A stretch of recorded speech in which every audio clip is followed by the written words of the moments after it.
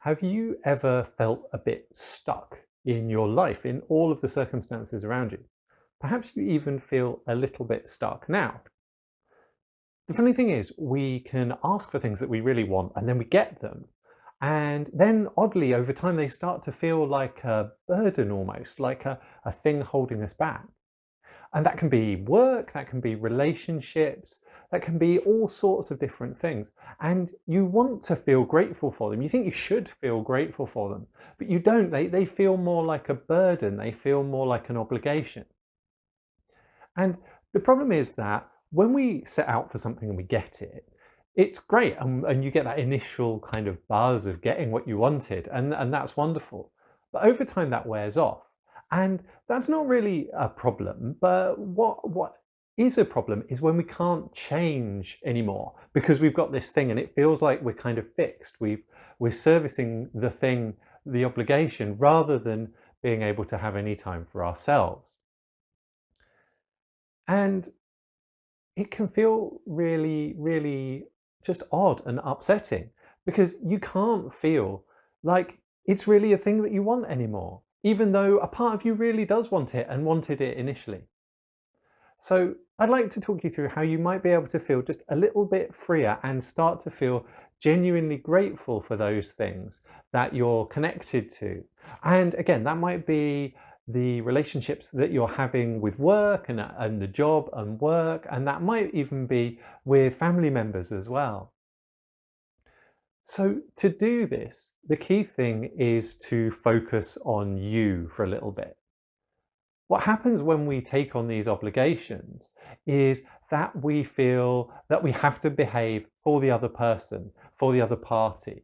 So at work, that might feel like doing what the team needs, doing what your colleagues need, doing what your reports always need, and being in service all the time. And don't get me wrong, being in service can be a good thing. You want to be helping people, but you also want to be getting your needs met at the same time. That's where the real sweet spot is. You don't want to be just giving and you don't want to be just taking. You want to be giving and taking in a sustainable way. To do this and to start doing this in a way that doesn't involve just chucking everything in and starting again, because no, you can't do that. We can't do that. You've got bills to pay, so you need the job. You've got a family you love. You can't just kind of, even if it feels like you might want to, a part of you might want to, just throw it away. You can actually change over time. And to do that, start really small.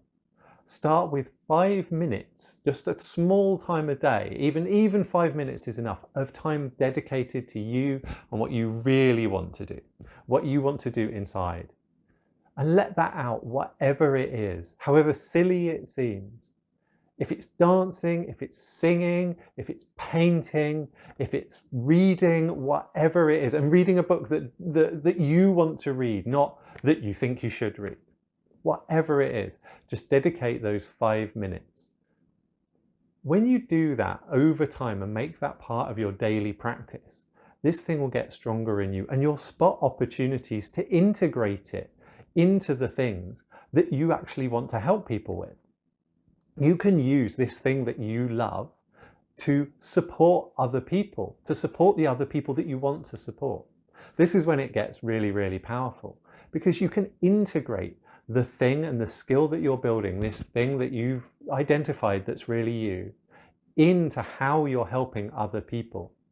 And it might mean that how that relationship works changes, and that might be a good thing. You might work in a different way to support the people around you. You might work in a different way to do the job that you're trying to do. That's good. That's what you're aiming for over time. And over time is the key thing here. It might feel excruciatingly slow at first, like it's never going to happen. But this compounds, it's like interest. Over time, you get more and more of what you want. And also you kind of step into that really powerful thing. It's got loads of energy because you're meeting your needs and you're meeting someone else's. It's lovely. It creates a positive feedback loop. So if this feels like you at all, then please let me know in the comments and let me know what you might do for your 5 minutes a day.